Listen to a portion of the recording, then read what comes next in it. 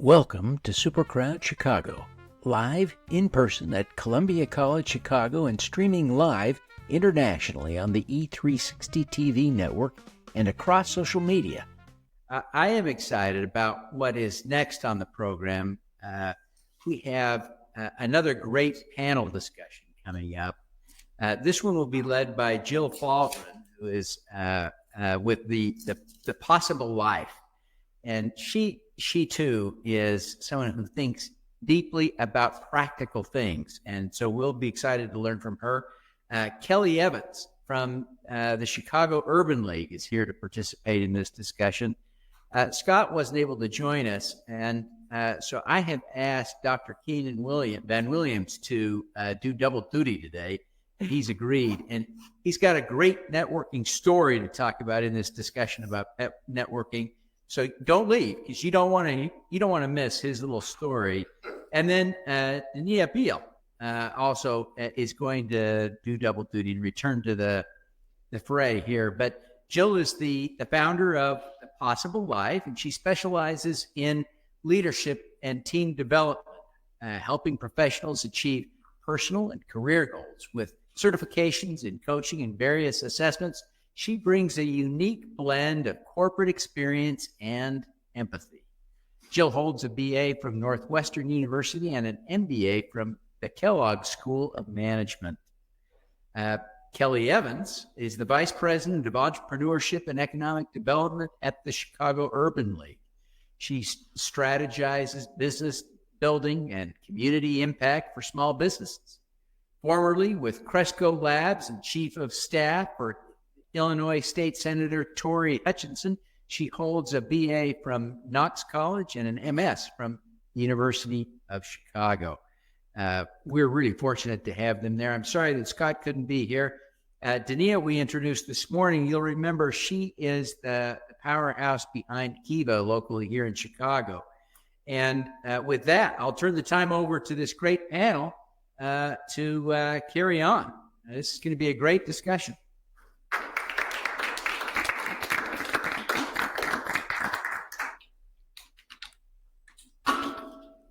All right. As the panel is coming up and getting settled, I will say a big hello. And we are the final presentation here today at SuperCrowd Chicago. And the good news is we have an amazing topic that is relevant to investors, to social entrepreneurs, to community builders, to attorneys, to bankers, to all of our audience here in person and virtual. So we have an exciting discussion coming up here. And what I'm going to do is, the topic is networking. And yes, the power of networking. I am here because of networking. And I firmly believe that it is a powerful skill, a powerful activity, and a powerful part of everybody's daily life, I hope. So what we're going to do, because it's such a big topic, is I'm going to ask the panel to start by telling us, what is networking? What does it mean to you? And we will start with Kelly. Okay, you warned me about this question. I'm still not prepared. So what is networking? For me, from my perspective, networking is simply making yourself known and meeting others that you don't know, and expanding your kind of cadre of people who can support whatever it is that you are trying to do. You didn't know what to say, but you said it, I would say, absolutely beautifully. And the concept of expanding to me is so powerful. And I think expanding people so that you can expand the scope of information and resources as well. So beautifully said. And may I call you Dr. Keenan? Yes, that's fine.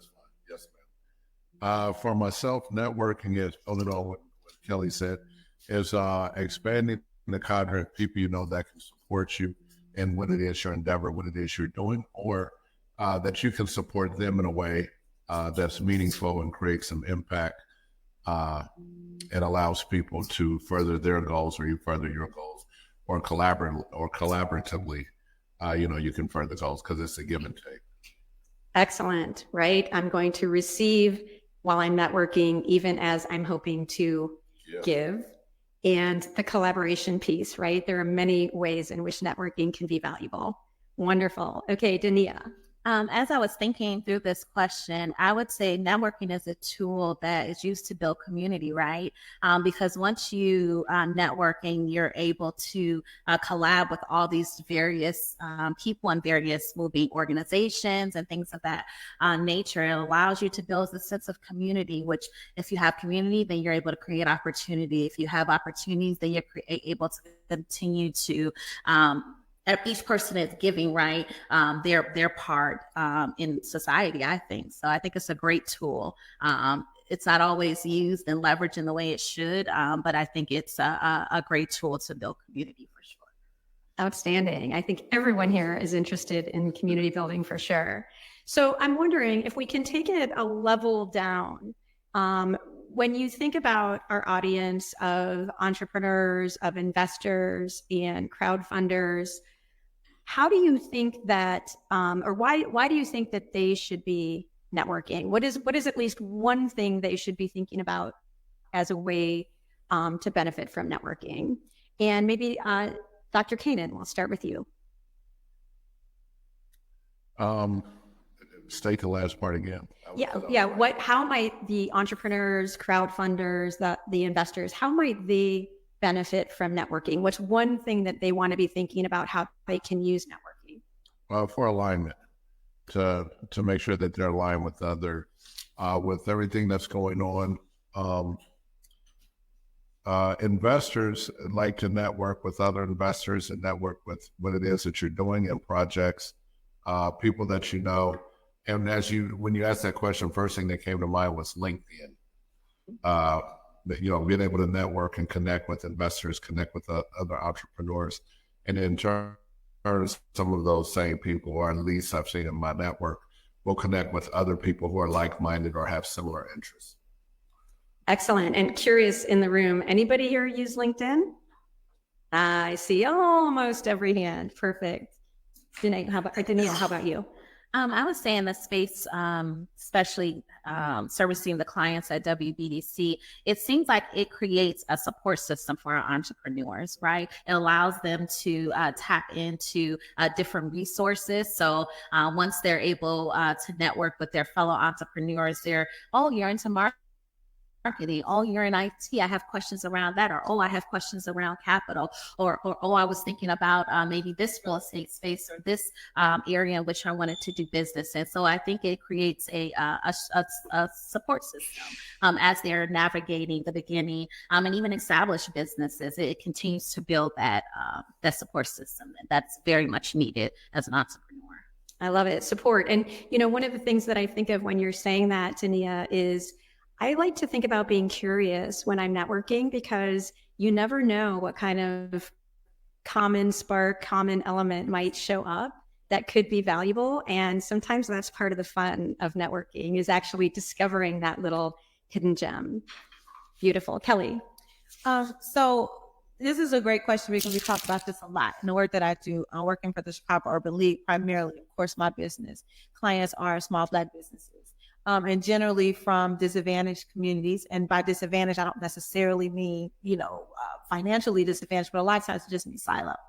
And so what we find with our businesses, and if you take a poll, as we do all the time, of what small businesses need, everybody says the first thing is capital, right? We need capital. And of course, that's important. But what I found more important than capital, and someone touched on it earlier today, is sometimes more important than capital is to know who you don't know, to be able to have a seat at the table, to be able to be in those groups. And so for us, networking is a vital part of what we do at the Chicago Urban League in terms of connecting small businesses to people that they would not ordinarily be in a room with. And so that to me is in the hierarchy of needs for businesses, that's right at the top with capital, in terms of how do we expand your network of people who, again, can support the work that you do, whether it's banking partners, whether it is supply chain people, other customers, or other business support systems that you may not necessarily have access to otherwise.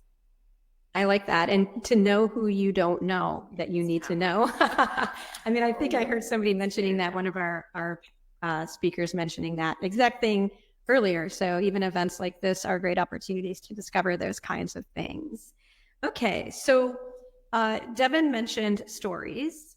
So I would love to hear from each of you a quick story about a time when networking benefited you.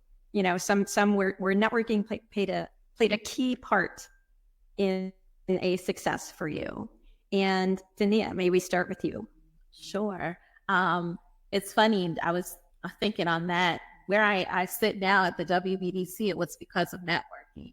It was because I had made connections at the SBDC years prior, and having that touch point of others that were in that space, and then they knew of the opportunity here at the WBDC, and it was like, hey, Nia, you need to look into it. It was something that you were passionate about. Maybe you can revisit it. But had I not had that network, I would have never known that opportunity existed, how to get started, all of that. So that hit home. Where I'm sitting now is because of networking.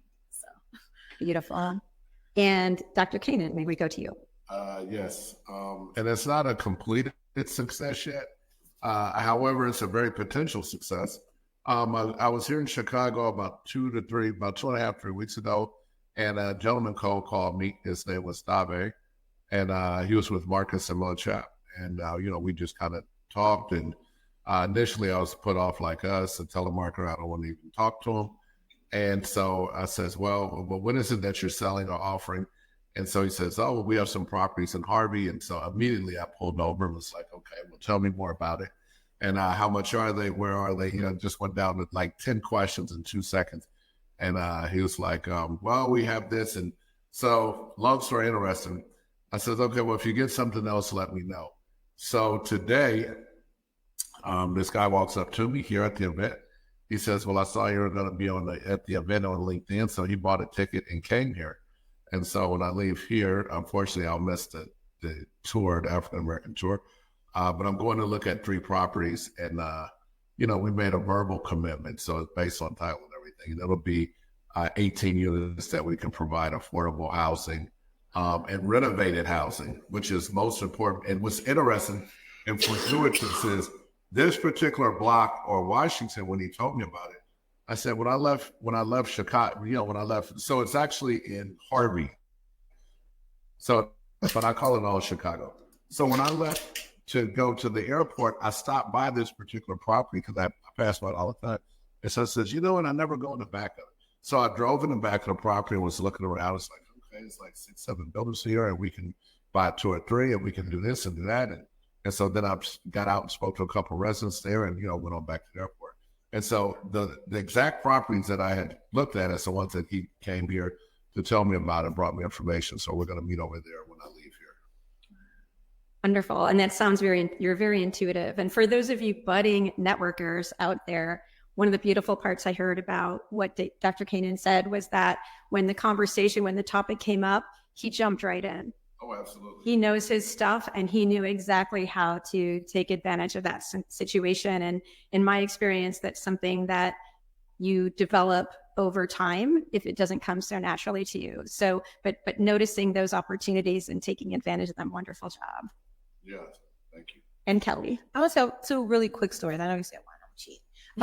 But as Dania said, my reason for being in this role was from networking. My current CEO, Karen Freeman Wilson, who was the mayor of Gary, Indiana, where I'm from, was really good friends with my sister. My sister is quite a bit younger than me, but my sister was kind of her daughter's babysitter. And now her daughter is getting married. So that tells you the span of time we've known each other. But I was at another job in the same position, and we were on a development call, and it was three groups vying for the development on 47th Street. And so, we were all on Zoom. I think this was during COVID. And so my sister texted me while I was on this call, and she said, Kelly, Karen is on the call with you. And I knew she was because we had spoken to each other. She said, Kieran is on the call with you, and she wants to know what your role is. I was at the YWCA at the time, what your role is at the YWCA. And so I told her, and she said, oh, okay, she wants to talk to you. That's why I called her. And long story short, she stole me. And I tell her this all the time, like, you stole me from the YWCA. But it was because of network and because of my network of people that I know. So that's one story. Second story, really quickly, because I'm always trying to highlight our businesses. We have a gentleman and his wife who own a landscaping company here in Chicago called Urban Roots. Urban Roots is fantastic.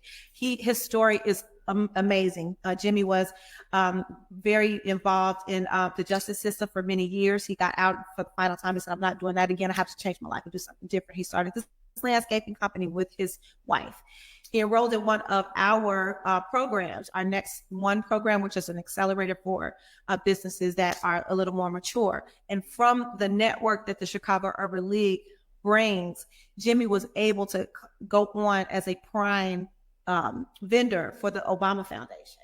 And all of that is simply from being a part of the Urban League's network.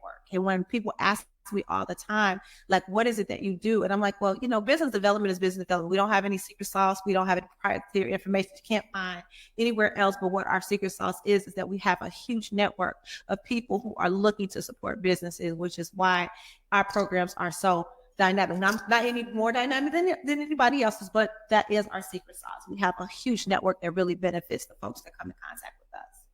I love that. The secret sauce. That's our secret sauce. That's awesome.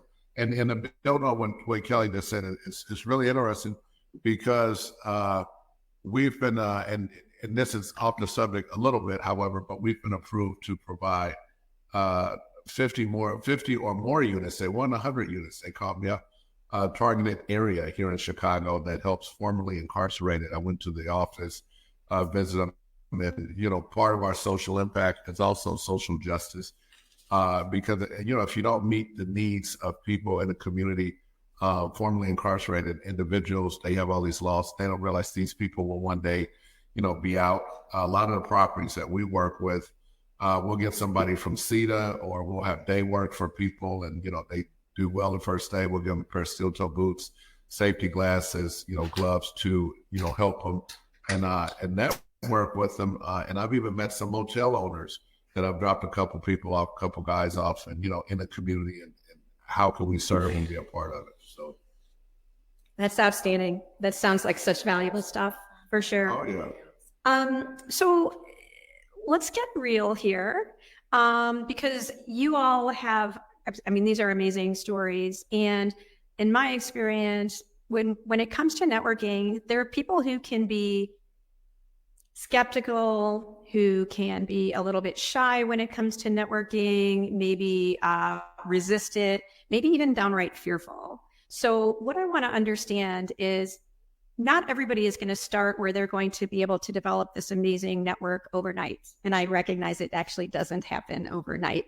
But I'd love to hear from each of you. What is one networking challenge that you or someone has overcome? And maybe Kelly, we'll start with you.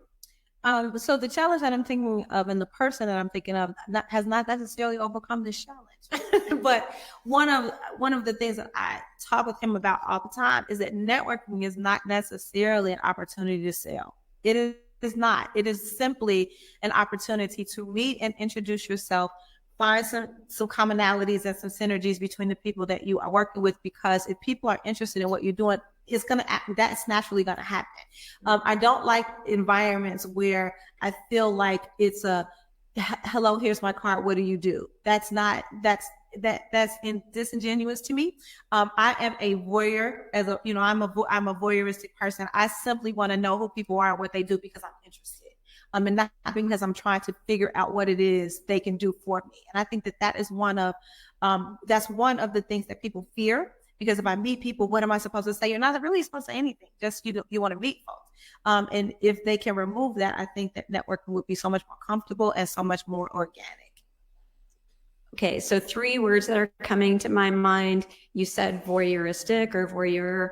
I'm thinking curiosity as well. Being genuinely curious with someone. And you said, I've totally forgotten what the other 2 words were. You said Organic. Yes. Thank you. Organic, right? Because it should be about, yes, you may schedule time to meet someone, or you may reach out asking to meet somebody. And the connection though has to be organic. That has to come from the third word I wanted to mention, which is relational or relationship, which, yes, there may be something you're hoping to get from a conversation, and maybe somebody else is hoping to get from you. And the best thing you can do to generate that networking, not just a one conversation, but ongoing, is to think about relationship and being relational. So that's terrific. And Dania, may we go to you? A challenge.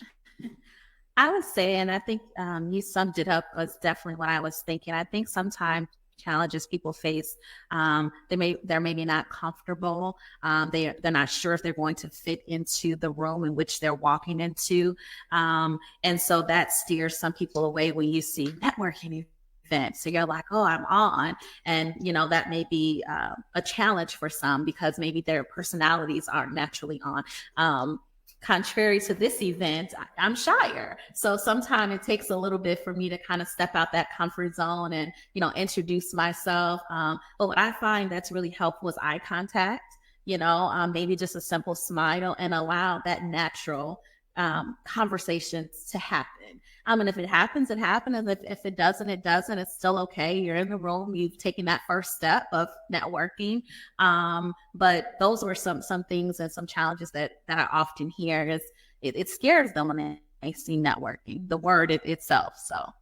Absolutely. And so one of the things I'm hearing you say is to recognize that it is experimentation and practice, that I'm going to put myself out there. I'm going to try something. I'm going to see how it goes. And if it doesn't go well, what am I going to do, Dania? I'm going to smile, and I'm going to maybe find someone else in the room that I can make a connection with, and it's still okay. And pick yourself up and keep going. And keep going. Keep stepping into those rooms. Terrific. Thank you. And Dr. Kanan? Same as these two ladies, just summed it up really well. I was just like, wow, what else can I say? However, it's some of it is persistence, and some of it is it's just putting it out in the atmosphere, making your request known. Like I was fortunate to meet, and he lived here in Chicago, the late Sam Zell, who's the godfather of the modern REIT. And he's one of my idols because he had the most manufactured home spaces in the United States. His company, Equity Lifestyles, he sold this other company before the 2008 crash, Equity Office Partners, for like $38 million. And I had read his book, 2 of his books, and I just put it out there. I was talking to someone who was helping me with cap raising, and I says, well, you know what? They said, I read your press release, and I was like, okay. And they said that your idols are Sam Zell and Oprah Winfrey, and I says, well, yeah. And so I gave them my reasons for the 2.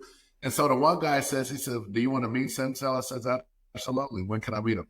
And so he introduced me to another person that set me up with his assistant, Sarah Berman. And then we were able to meet. We were supposed to meet in person, but he had something to do, but we were able to meet by Zoom. And so we met, late last year. We were supposed to meet again after that. I imagine that maybe he was sick or something because he passed away shortly after. But my point is that sometimes just putting it out in the atmosphere and having a little bit of persistence and not being intimidated can go an awful long way in networking, because people are people. As Warren Buffett says, we all, for men or women, we all put our pants on one leg at a time, so. And you use the word persistence. So I'm wondering from you, Dr. Kanan, or Dania or Kelly, what does persistence look like? Mildly. So like an optimistic persistence. So to define that, I would is more of an optimistic persistence. So you're not being pushy. You're not being, as Kelly was saying, you're not being a salesperson. It's just a relationship, or, I'd like to meet you because, or, you know what, I read your book, or I thought, this about this. And by the way, after the meeting with Sam Zell, I says, okay, this is interesting. So because I had met Oprah Winfrey earlier that year in person. So I said, wow, very few people meet both your idols. So I have my assistant reach back out to Ms. Berman and say, is it okay if I send you a case of books of Sam Zell's and have them autograph all of them that I'd like to share with my colleagues and people that I meet in business and network with. And he did. And I was able to do that. Excellent. Excellent. Dania, Kelly, any thoughts on what does persistence look like? I guess for me, persistence is just being there, right? Being present. I go to everything. And I had someone tell me the other day, oh my God, like, you know everybody. And I'm like, I really don't. I'm like, I just been doing this for a really long time. And I've been in a lot of rooms. And generally I know people not because we've done business together or I'm trying to do business with them, but simply because I've met them. Because most of the time I don't lead with what I do or what I want. I'm just trying to meet you. And so I think for me, persistence is just being present, not being afraid to go, places where I'm the only person, that I know. I don't know anybody there. I'm never afraid to be in rooms where I don't know people and just go in and just be myself and, just say, hey, this is cool party. I'm glad to be here. So for me, that's what persistence is, just showing up. And so, Kelly, I imagine there are some people out there that are pretty intimidated by the idea of going into a place where they don't know anybody and talking to people. So any tip on what's one thing someone can do to try to get over that? Oh, I don't know that I'm the best person to ask that. One, I am an extrovert, and for two, I'm a middle child. So I always like being places where I don't know anybody because I was always around people that I knew. So I mean, I think part of being intimidated and uncomfortable generally stems from not being very comfortable with who you are. I think the first time is just being comfortable with who you are. Like, I'm comfortable, in rooms where there are people. I don't feel like I need to be in rooms where everybody likes me. I don't want people to not like me. I don't want to be like that person, but I don't necessarily have to be somewhere where everybody, digs Kelly. That's not a goal of mine. I'm just there being myself, and just wanting to meet other people. And I think that if you are comfortable with who you are or can become comfortable with who you are and what you know, that eradicates a little bit of that uncomfortability because you're just showing up as yourself. And maybe give it a try something, see how it goes. And if it doesn't work, maybe try something else. I know for me, one thing I will do, in fact, I did it today in this room, is sometimes I'll look for a smaller group, because it can be intimidating to walk up to a larger group of people who all seem very engaged. And if there's another person standing by themselves, maybe they want somebody to talk to as well. So, or a smaller group.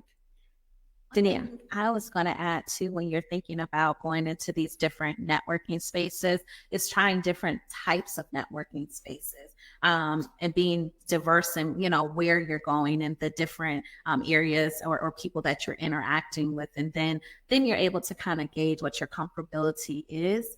And one other point too, as they were talking to, is don't set an expectation. Because I think when you walk into something and you set this expectation, then it kind of dampers what the outcome can possibly be. It dampers your personality too, because you have an expectation that I'm here to do X, Y, and Z versus just walking into the room and having that whatever happens type situation happen.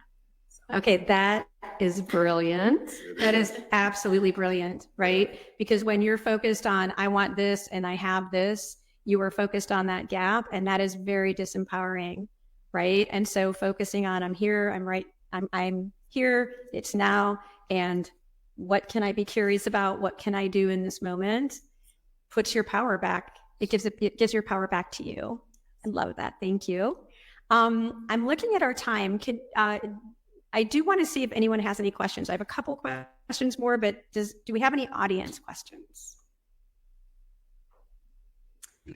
I'm not seeing any hands, so I will let you think about it. And I'm going to ask another burning question that I have for this panel, which is, sometimes people tell me, I don't have enough time for networking. I don't have time to fit it in. I have too many other things to do. So what do you say to those people? And maybe Danielle, we'll start with you.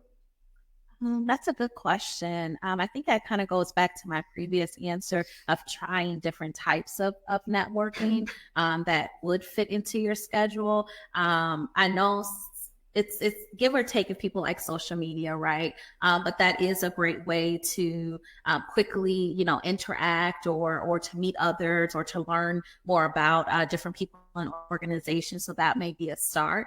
And then maybe again, going back to setting that, hey, this is something that I need to do, especially from a business owner standpoint and needing resources and wanting to know what opportunities and things that are out there, that maybe it's just a once a month thing. And then you're picking something that you're committed to. Maybe it's once a month in the evening or once a month, a daytime lunch, networking session. I think I think it's really key to plan for it. But if you don't have enough time, being sure that maybe it's just a month and then you can slowly, evolve from there. But setting time for it, because I think it's important, because again, especially from an entrepreneur space, having that support system is key and very important. Schedule time and then get in the practice of doing it and work on expanding that time relative to the value, right? So if you want to build that strong network, that's going to happen through spending the time. Wonderful.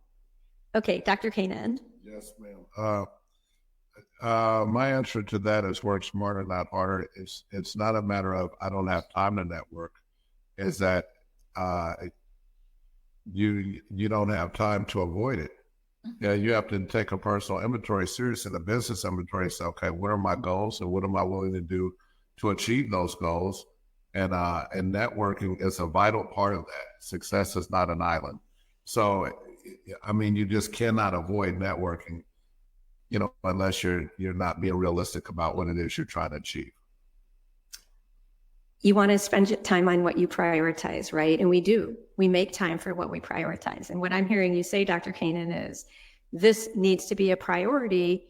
And I heard you say, Dania, for business owners, and I'm imagining for investors, for crowdfunders, for attorneys, for all of us here in the room and in the virtual audience. Wonderful. Thank you. And Kelly, thoughts on? Yeah. So as I were speaking, I was thinking about, unlike myself, who goes to everything. For people who feel like they don't have time, I think that you do have to be intentional about what type of networking you do. And I think that it's important to look at an event or a group that you are attending to determine, is this going to be productive for me? Because you can't go to everything. But if it is a group of people that will be important to whatever your specific goals are, to be intentional about prioritizing those types of events and not necessarily go to just, networking for the sake of networking, but networking for some type of productive outcome. So being thoughtful about what you're trying to achieve, deciding where you want to be spending your time. And to that end, though, how do you decide who is going to be a good person to network with, and where do you start? I think it's more than who. I mean, it can be who for sure. If there is someone that like Dr. Kanan was saying, that's a person I wanted to meet. I know this is a circle that that are going to be filled with people that I want to know. But also, what is the topic?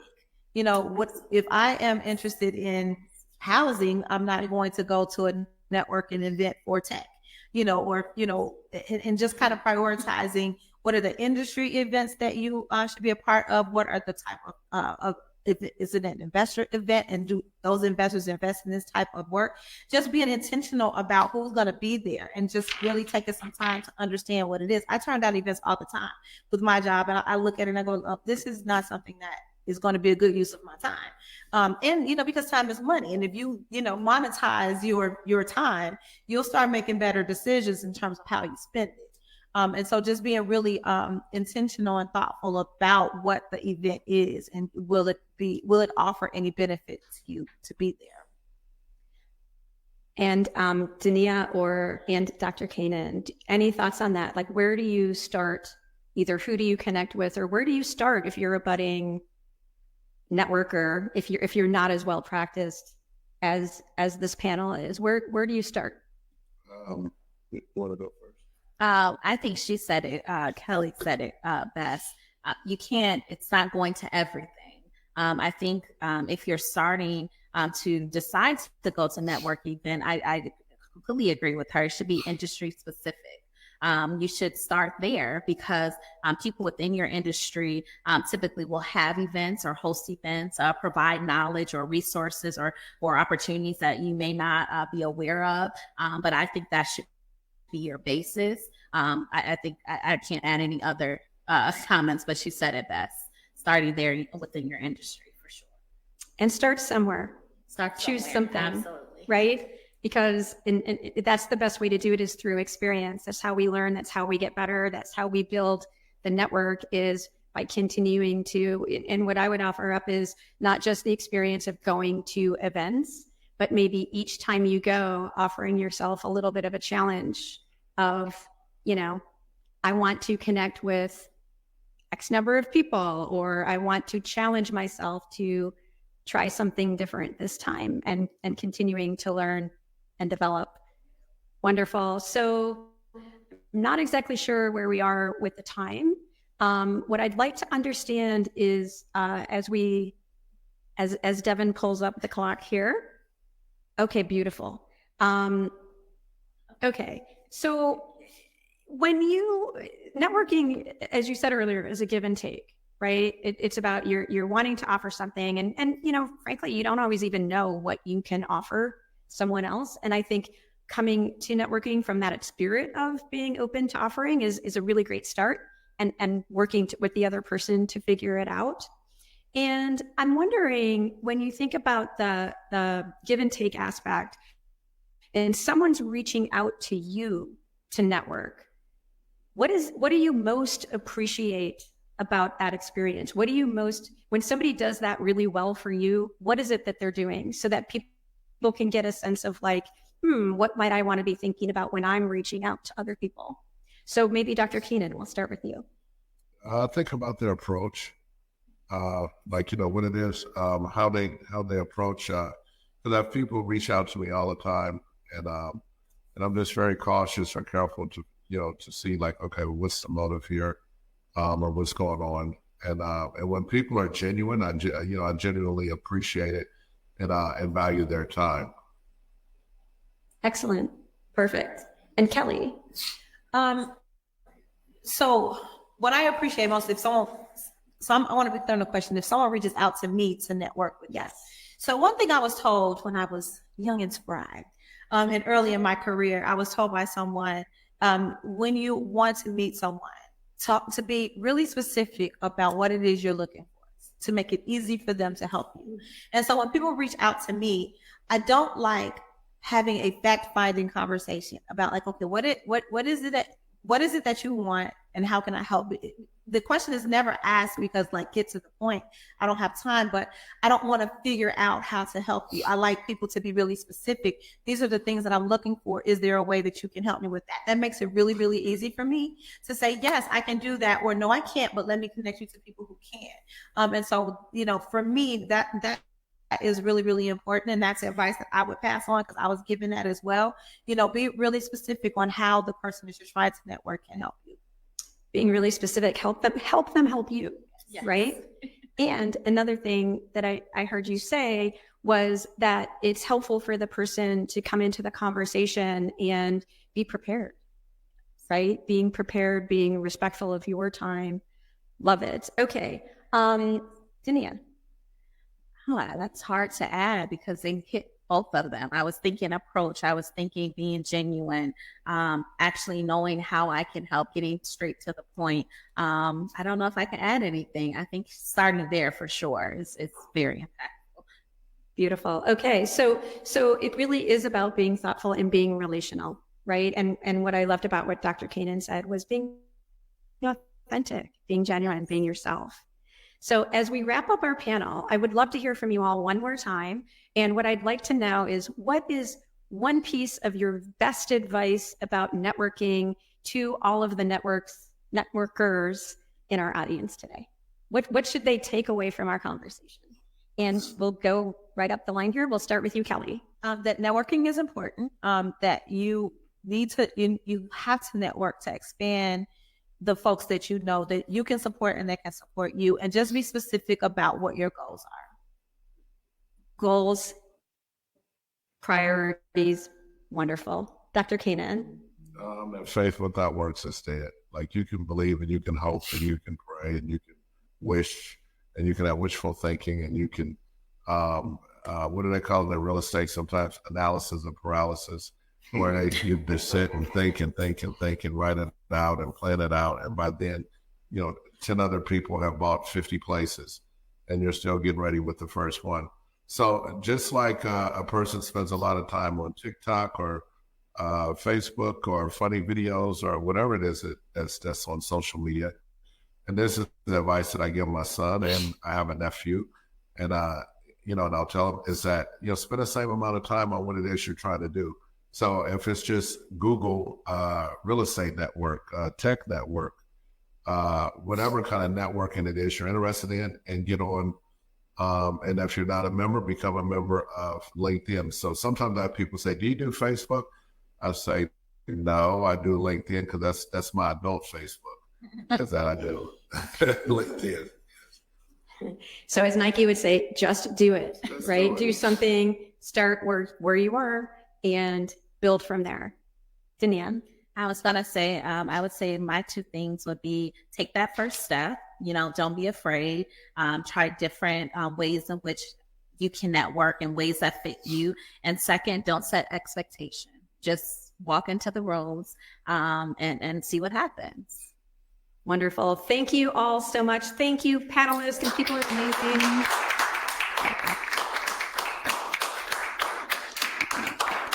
And may I thank Devin and SuperCrowd Chicago. This has been a really fabulous event. Thank you. Uh,